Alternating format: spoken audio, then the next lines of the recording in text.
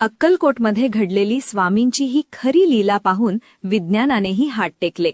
स्वामींचे अत्यंत लाडके सेवेकरी चोळप्पा हे रात्रीच्या वेळी स्वामींची सेवा करत होते.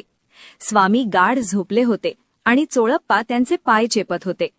अचानक अंधारातून एक काळा कुट्ट आणि विषारी नाग सळसळत आला आणि थेट चोळप्पांच्या पायाला विळखा घालून बसला.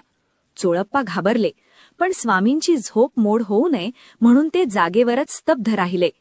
त्यांनी स्वामींचे स्मरण केले. नाग भणा काढून डंख मारणार तेवढ्यात झोपलेले स्वामी अचानक जोरात ओरडले, "अरे, खबरदार जर माझ्या भक्ताला स्पर्श केलास तर."